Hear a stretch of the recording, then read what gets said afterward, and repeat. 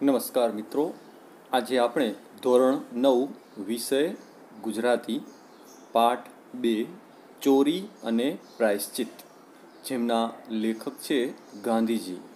તો આવો આપણે સૌપ્રથમ ગાંધીજીની ટૂંકમાં માહિતી મેળવી.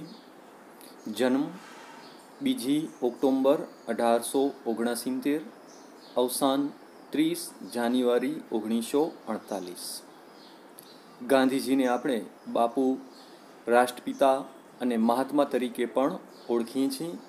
તેમનું પૂરું નામ છે મોહનદાસ કરમચંદ ગાંધી. ગાંધીજીનો જન્મ ગુજરાતના પોરબંદર શહેરમાં થયો હતો. તેમના પિતાનું નામ કરમચંદ ગાંધી.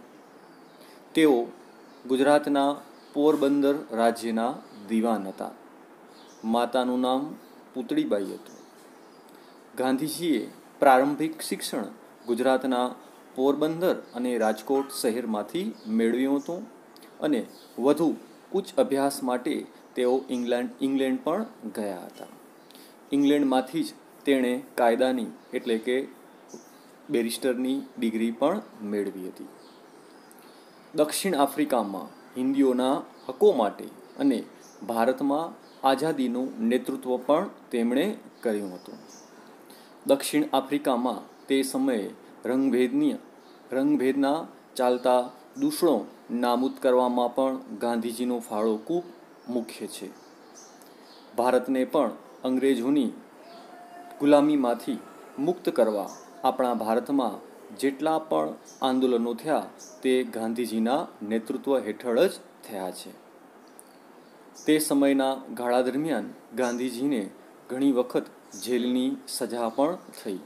તે સમયે જેલની સજાના સમયગાળા દરમિયાન તેમણે પોતાની એક આત્મકથા લખી, જેનું નામ છે સત્યના પ્રયોગો. તો આ પ્રસંગ કે આપણો આ પાઠ છે તે પણ સત્યના પ્રયોગોમાંથી જ લેવામાં આવ્યો છે. તેમની આત્મકથા સત્યના પ્રયોગો અનેક ભાષામાં તેમના અનુવાદો પણ થયા છે. ગાંધીજીએ દક્ષિણ આફ્રિકાના સત્યાગ્રહનો ઇતિહાસ, આરોગ્યની ચાવી, અનાસ્તિ યોગ, હિન્દ સ્વરાજ, સર્વોદય, મંગળ પ્રભાત તેમના નોંધપાત્ર પુસ્તકો પણ છે. આ સિવાય તેમણે હજારો પત્રો પણ લખેલા છે. તો મિત્રો, આપણે પાઠનો અભ્યાસ કરી તે પહેલાં આપણે ગાંધીજીના બાળપણના, તેમના નાનપણના ઘણા બધા પ્રસંગો પણ નિહાળીએ.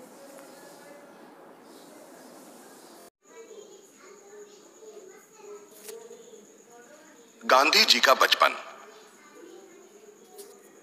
मोहन को अंधेरे से हमेशा डर लगता था। उसे लगता था कि रात के अंधेरे में कोई भूत आ जाएगा और उसे पकड़ लेगा। उस रात को बहुत अंधेरा था और मोहन को दूसरे कमरे में जाना था। उसने यत्न किया, परंतु वो अपनी जगह पर जम सा गया और उसका दिल जोर से धड़कने लगा। उसकी दाई रंभा दरवाजे के पास ही खड़ी थी। उसने हंसकर पूछा, क्या हुआ बेटा? दाई, मुझे बहुत डर लग रहा है। किस बात का डर बेटा? देखो कितना अंधेरा है, मुझे भूतों से डर लगता है। अंधेरे में वो मुझे पकड़ लेंगे। मोहन की आवाज डर के मारे कांप रही थी। रंभा ने प्यार से उसके सर पे हाथ घुमाया। अरे, अंधेरे से भी कोई डरता है? मेरी बात सुनो, राम जी को याद करो, फिर कोई भूत तुम्हारे पास नहीं आएगा, कोई तुम्हारा बाल भी बांका नहीं कर पाएगा। राम जी तुम्हारी रक्षा करेंगे। सच? राम जी मेरी रक्षा करेंगे? तो फिर मैं राम जी के नाम का जाप करूंगा। रंभा की बातों ने मोहन को साहस दिया। राम नाम जपते वो कमरे से निकला। राम राम राम राम राम राम राम। और उस दिन से ना मोहन कभी घबराया और ना उसने कभी खुद को अकेला पाया। राम जी हमेशा उसके साथ जो थे, इसी विश्वास ने गांधी जी को जीवन भर ताकत दिलाई। अपनी मृत्यु समय भी राम का नाम उनके होठों पे था।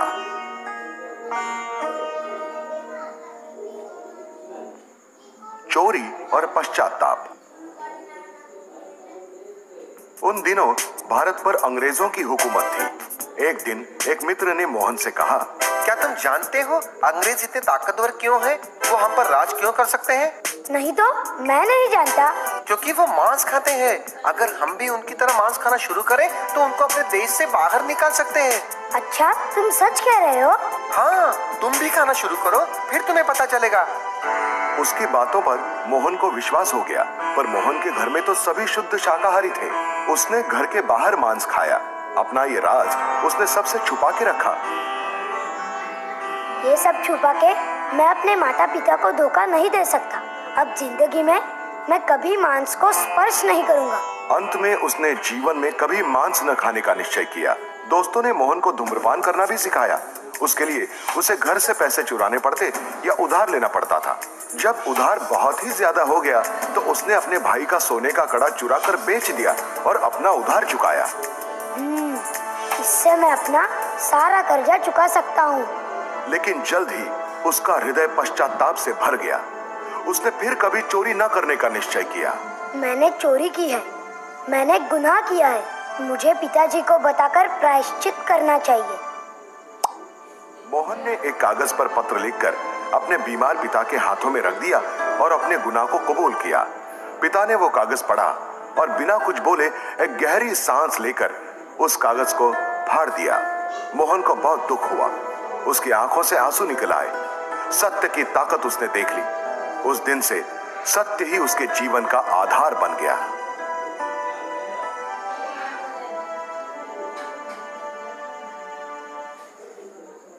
सत्य की राह पर। मोहन राजा हरिश्चंद्र का नाटक देखना चाहता था। वो अपने पिता के पास गया, पर वो काम में बहुत व्यस्त थे। पा, चलो ना, नाटक देखने चलते हैं। कौन सा नाटक बेटा? राजा हरिश्चंद्र। देखो बेटा, मैं काम में थोड़ा व्यस्त हूँ, किसी और दिन चलते हैं। तो मैं मेरे दोस्तों के साथ जाऊँ? ठीक है, पर अपना ख्याल रखना और खत्म होते ही जल्दी घर वापस आना। नाटक में राजा हरिश्चंद्र अपना सत्य वचन निभाने के लिए अपना राज्य, पत्नी और बच्चों को खो देता है। नाटक के अंत में सभी की आंखों से आंसू निकल आए। उस कहानी ने मोहनदास के मन पर बहुत गहरा प्रभाव डाला। उसने सोचा कि उसे भी राजा हरिश्चंद्र की तरह ऐसी शक्ति मिल जाए जिससे वो सत्य की खातिर किसी भी संकट का सामना कर सके। वो एक महान आदमी थे। सत्य की रक्षा के लिए उन्होंने अपना राज्य, अपना परिवार दांव पे लगा दिया। ये नाटक बहुत ही अच्छा है। इसने मुझे सत्य की ताकत दिखाई। हम सभी को उनकी तरह सत्यमय जीवन बिताना चाहिए। ये तो असंभव है मोहन। क्यों असंभव? क्यों? हम जैसे लोगों के लिए ऐसा जीवन बिताना कठिन है। पहले भगवान पर विश्वास होना चाहिए, फिर कड़ी मेहनत से हम अपना जीवन सत्यमय कर सकते हैं। आज इसी क्षण से मैं केवल सत्य की राह पर चलूंगा। मोहन, ये इतना आसान नहीं है। ठीक है, देखते हैं। और उस दिन से मोहन ने सत्य में जीवन बिताना शुरू किया।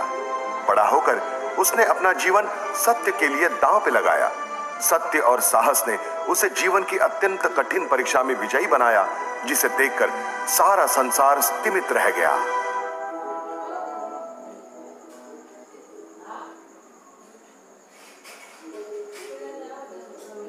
सच्चा लड़का।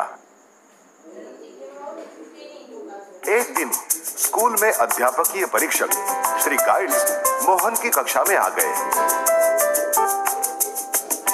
मैं कुछ अंग्रेजी शब्द कहूंगा जिसे तुम सबको लिखना है। मोहन के शिक्षक परीक्षक से डरते थे। बच्चों की गलती की संभावना से वो चिंतित हुए। चलो बच्चों, केटल का स्पेलिंग लिखो। मैं तुम्हें 5 मिनट देता हूँ। सही स्पेलिंग लिखना। गलती से सभी डर रहे थे, पर सब ने स्पेलिंग लिखी। गाइड्स ने शिक्षक को बुलाया। सभी बच्चों की स्लेट्स कलेक्ट करो। शिक्षक ने बच्चों की स्लेट्स इकट्ठा करना शुरू किया। उन्होंने देखा कि गांधी जी का स्पेलिंग गलत था। उन्होंने इशारा किया कि गांधी अपने पड़ोसी लड़के ने लिखी स्पेलिंग की नकल करें। अपने पास वाले लड़के का स्पेलिंग देखो और अपनी गलती सुधारो। लेकिन गांधी ने ऐसा करने से इनकार किया। श्री गाइड्स चले गए। गांधी, तुमने नकल क्यों नहीं की? मैंने तुम्हें इशारा किया था, तुमने देखा नहीं? देखा गुरुजी, पर मुझे नकल नहीं करनी थी। तुम अकेले ही हो जिसका उत्तर गलत है।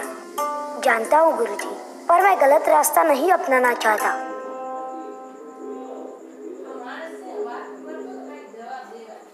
सत्याग्रह।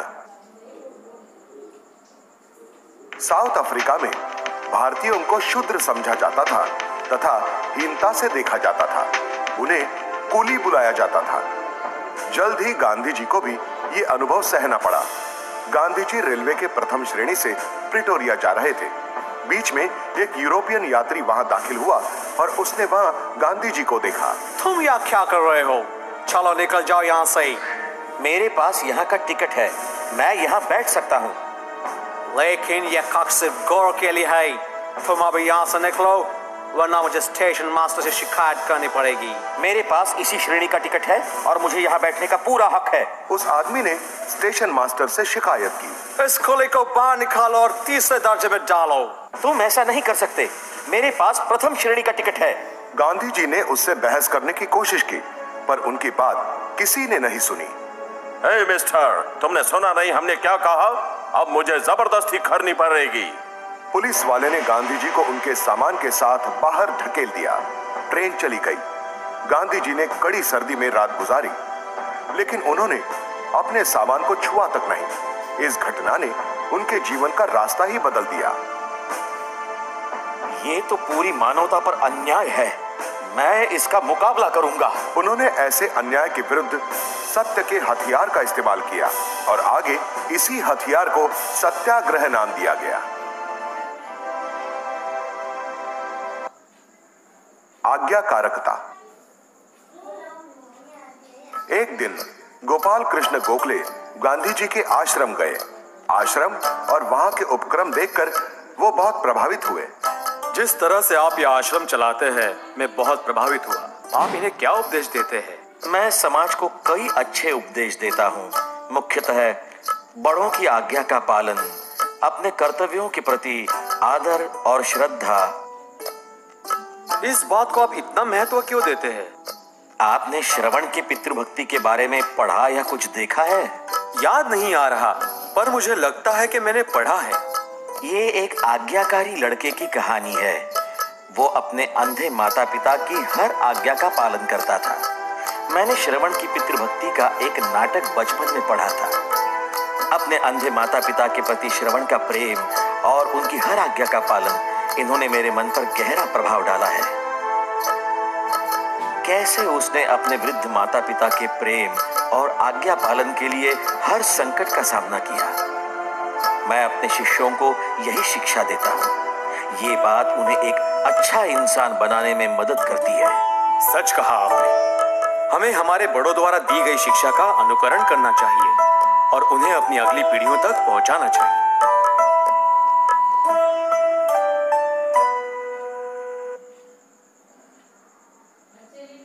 प्यारे गांधी जी। गांधी जी से मिलना बच्चों को बहुत अच्छा लगता था। एक दिन एक छोटा बच्चा गांधी जी की पोशाक देखकर बहुत दुखी हुआ। उसे आश्चर्य हुआ कि इतना महान व्यक्ति कुर्ता भी नहीं पहनता। वो गांधी जी के पास गया। आप कुर्ता क्यों नहीं पहनते? ओह बेटा, मैं गरीब आदमी हूँ, मैं कुर्ता खरीद नहीं सकता। आप चिंता ना कीजिए, मेरी माँ आपके लिए नया कुर्ता सिला देगी। तुम्हारी माँ? ठीक है, पर मेरे लिए वो कितने कुर्ते बनाएगी? जितने आप चाहो। सिर्फ मैं अकेला ही कुर्ता पहनूं ये अच्छा नहीं लगता। मेरा परिवार बहुत बड़ा है बेटा। क्या तुम्हारी माँ मेरे 40 करोड़ भाई बहनों के लिए कुर्ते सिएगी? वो लड़का एकदम सोच में पड़ गया। उसे ये एहसास हुआ कि गांधी जी पूरे देश को अपना परिवार मानते हैं और खुद को उस परिवार का एक मुख्य। सारे देशवासियों के वो मित्र थे, सहयोगी थे।